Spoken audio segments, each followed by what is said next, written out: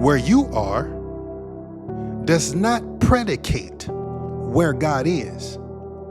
Your placement in life does not have the authority or the ability to usurp God's divinity.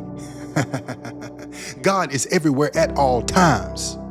So by you thinking that you are alone and that God is not with you is you essentially trying to tell God that he is not God. It is you thinking higher of yourself than you ought to. Because if you believe that where you are is somewhere that can be opposite of God's existence, then you would have to be thinking that you're more powerful than God. You would have to be thinking that you have some kind of ability that can escape God. Let's think about this. Wait a minute. Now I know Jonah in his right mind, before he ended up in the belly of the whale, when God told him to go and talk to the people of Nineveh and let them know the message that God had given them, I have no idea in my mind why it is he thought he could outrun God. We see an example of the possibility that maybe Jonah's thought process, because he was operating in frustration and in emotionalism, convinced him that he was able to go somewhere that God could not exist. That maybe he was able to go somewhere that God could not reside, that maybe he could outrun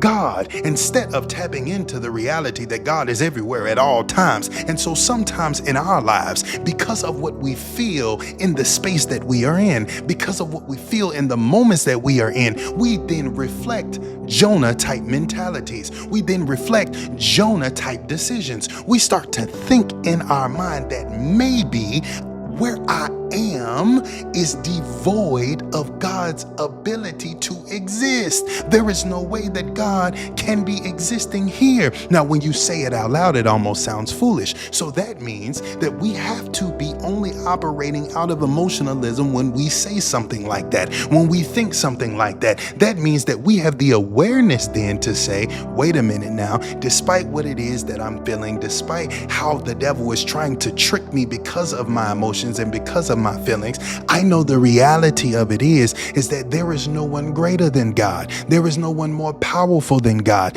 Let me humble myself, because by me sitting here saying that God can't be over here with me is me essentially saying that I am somewhere that God cannot reach. And there is nowhere in the existence of everything that there is that God cannot exist, because he created it all. So it is impossible for me to be somewhere that God cannot reach.